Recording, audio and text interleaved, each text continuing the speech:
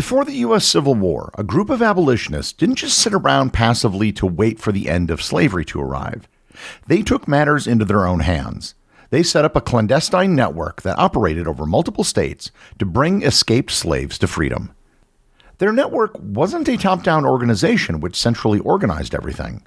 Rather, it was one of the earliest examples of a decentralized network where the members didn't even know who else was involved. Learn more about the Underground Railroad and how it brought thousands of people to freedom on this episode of Everything Everywhere Daily.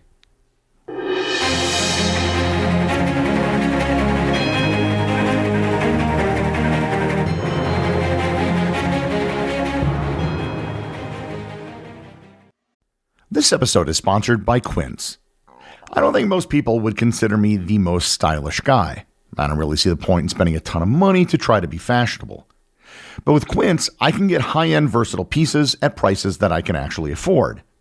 All Quince items are priced 50 to 80% less than similar brands. By partnering directly with top factories, Quince cuts out the cost of the middleman and passes the savings directly onto you.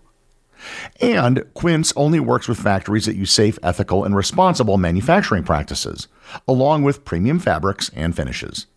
I recently got a set of Turkish bath towels from Quince that look great and feel great too. Indulge in affordable luxury. Go to quince.com/daily for free shipping on your order and 365-day returns. That's QUINCE.com/daily to get free shipping and 365-day returns.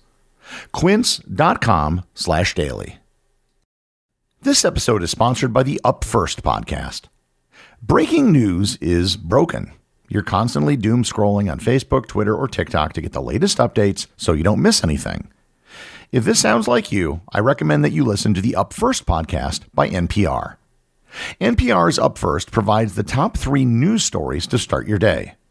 With digestible 10 to 15-minute episodes, it's all the news you need so you can get back to your life feeling informed while preserving your sanity, letting you get ready, make breakfast, or go to work. From politics to economics and both national and international news, Up First is the go-to daily habit for the news consumer who wants to stay informed but is forever strapped for time. With Up First, you can start your day a little more in the know than you were when you went to sleep. Up First is the cure you need for your news fatigue. It lets you stay informed of the top stories while allowing you to spend the rest of your day on things more productive or more enjoyable. Listen now to the Up First podcast from NPR.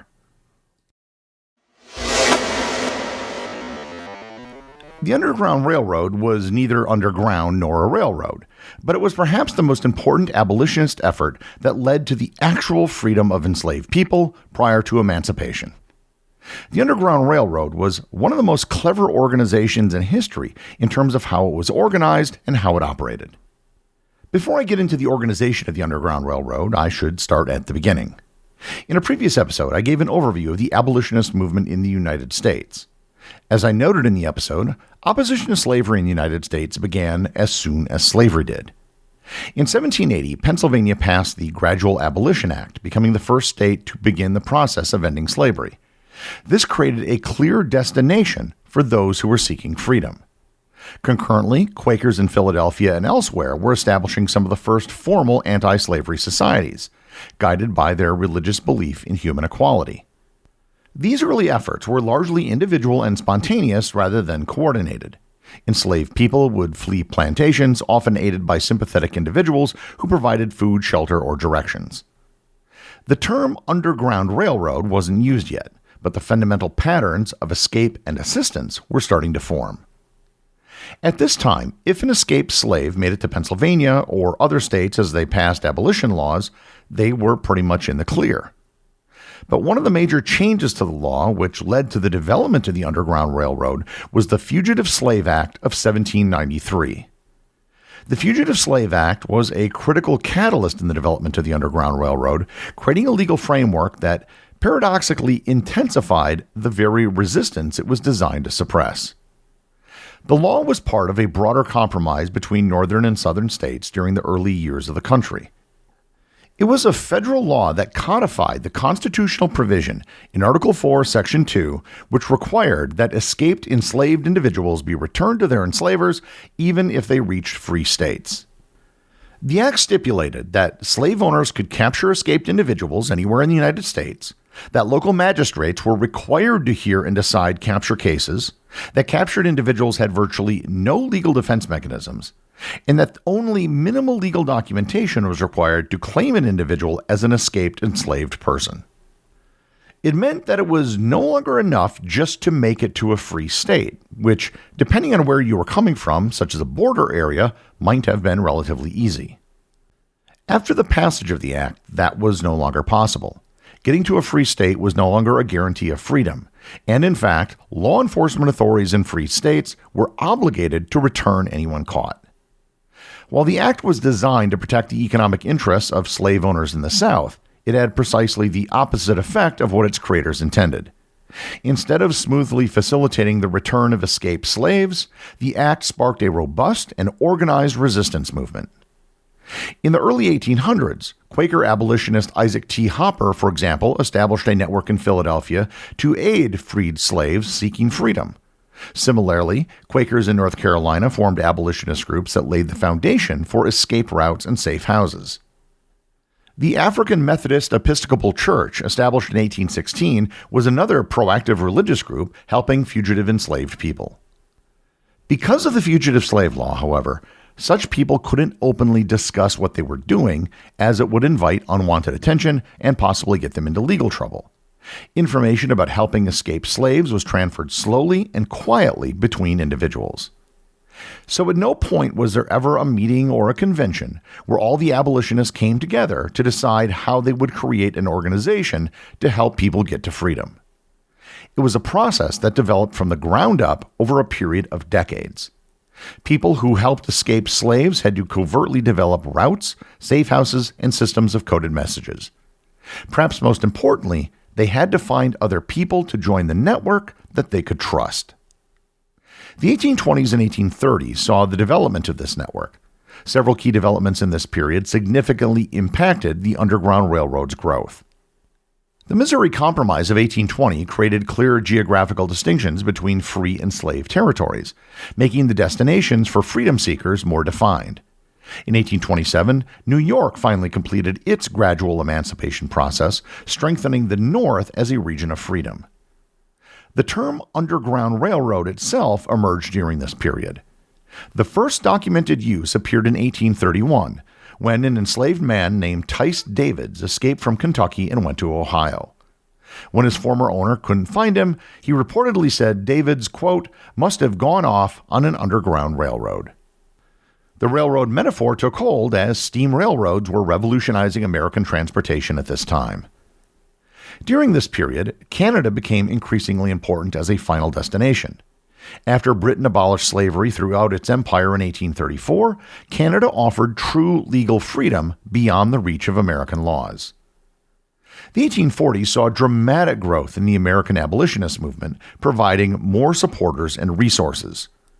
The 1850 Fugitive Slave Act, which was part of the Compromise of 1850, made the situation more dangerous for people in the Underground Railroad by requiring Northerners to assist in capturing freedom seekers and imposing harsh penalties on those who helped them escape.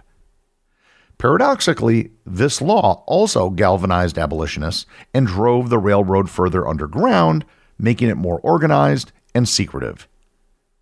The 1850s, the decade preceding the Civil War, was the most active time for the Underground Railroad, and it was during this period that the greatest number of slaves managed to escape to freedom.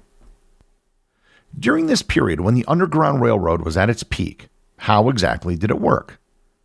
The first thing to understand is that there wasn't a single way that anything was done because of the clandestine and distributed nature of the program.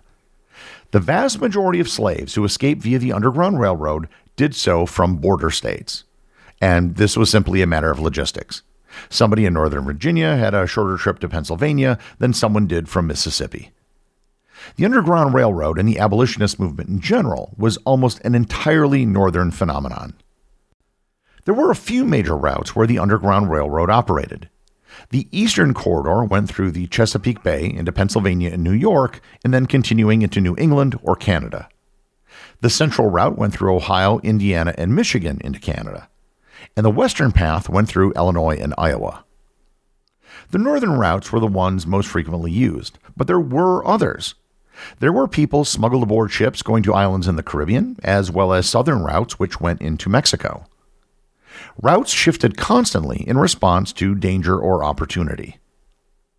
Those who were part of the Underground Railroad adopted the railroad metaphor to describe their operations. Conductors were guides who led people between safe houses. Stations or depots were hiding places in safe houses. Station masters maintained safe houses. Passengers, cargo, or packages referred to those escaping slavery. And stockholders were financial supporters. Safe houses varied widely, from humble cabins to the home of wealthy abolitionists. Some included secret rooms, false walls, hidden basements, or concealed attics. Some examples that still exist include the Johnson House in Philadelphia, the Levi Coffin House in Fountain City, Indiana, and the John Rankin House in Ripley, Ohio. Those who ran safe houses might only know who ran the previous and next stop on the railroad.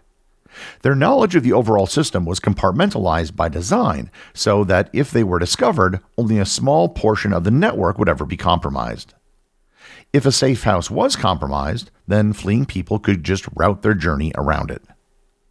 Almost all travel took place at night when there were fewer people about and darkness could conceal movement. Codes were often used so that those escaping could navigate between points. One of the myths that's developed is that of the so-called freedom quilts, where patterns in quilts supposedly contained a code. This story was actually invented in 1999, and it's been debunked by most historians of this period. Another myth is that families often escape together. This is also not true. The vast majority of people escaping slavery were solo, and usually young men. This was because escapes were something that were usually done opportunistically when they had a chance, and it wasn't something that they could plan in advance. If they did plan an escape in advance, they would want to tell as few people as possible to reduce the risk of being turned in. One of the riskiest stops on the Underground Railroad was the crossing from Detroit to Windsor, Ontario. It's a rather short distance, but it's really the only place you can get across the Great Lakes between northern Minnesota and Buffalo, New York. Because it was a choke point for people trying to get to Canada, it was heavily watched by those trying to catch fugitive slaves. They would sometimes take small boats across and other times hide on ferries inside of cargo containers or disguise themselves as workers on the ship. Because of the compartmentalized nature of the organization, nobody really knew who was actually taking part in assisting the Underground Railroad. It wasn't until the Civil War started that much of the details about who took part and what they did became known publicly. One of the most important figures was William Sill, who's been called the father of the Underground Railroad. He was a prominent abolitionist, writer, and key figure in the Underground Railroad.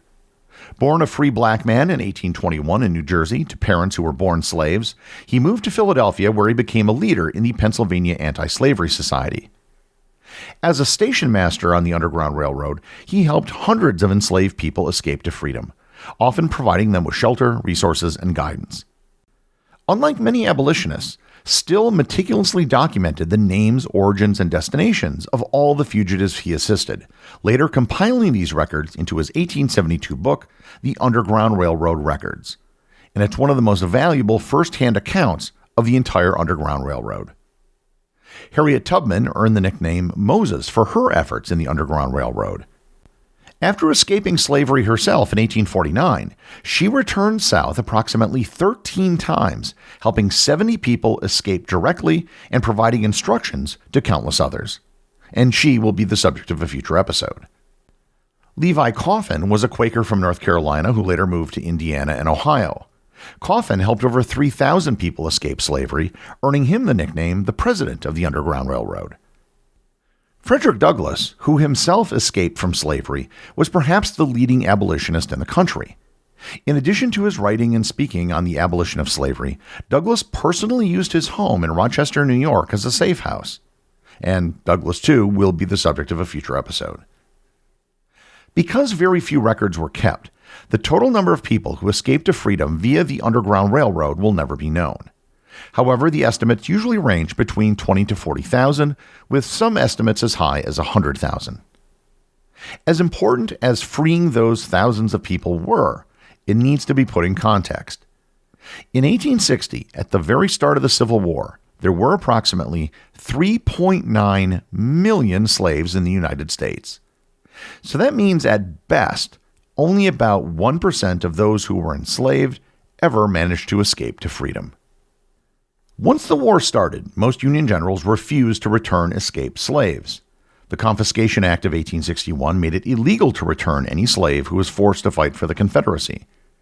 The Confiscation Act of 1862 completely prohibited the returning of slaves by Union officers. With the Emancipation Proclamation in 1863, all slaves in southern states were able to escape to freedom by just making it to the Union front lines. And in 1864, the Fugitive Slave Act was formally repealed. The Underground Railroad was one of the most important and widespread cases of civil disobedience in American history. The men and women who helped with the Underground Railroad put their lives and fortunes on the line to help people escape to freedom. The executive producer of Everything Everywhere Daily is Charles Daniel. The associate producers are Austin Oken and Cameron Kiefer. Today's review comes from listener E.A. Oppenheim over on Apple Podcasts in the United States. They write, "One of the best. I'm a member of the Completionist Club Frequent Flyer chapter. This is one of my all-time favorite podcasts, and I listen while traveling and at home. I love the breadth of topics and the occasional deadpan humor. It's the right length, too. I would like to request more episodes on STEAM topics, and maybe slightly fewer episodes about ancient Rome. I even love listening to encore episodes." Well, thanks, E.A. Oppenheim. I will certainly be doing more STEAM topics in the future. However, there is a limit to what I can do in an audio format. Many of the topics in, say, art and mathematics are very difficult to address without a visual element. That being said, you can be assured that there will be more topics on science, art, and technology. And I'm going to keep doing stuff in the Roman Empire. Remember, if you leave a review or send me a boostagram, you too can have it read on the show.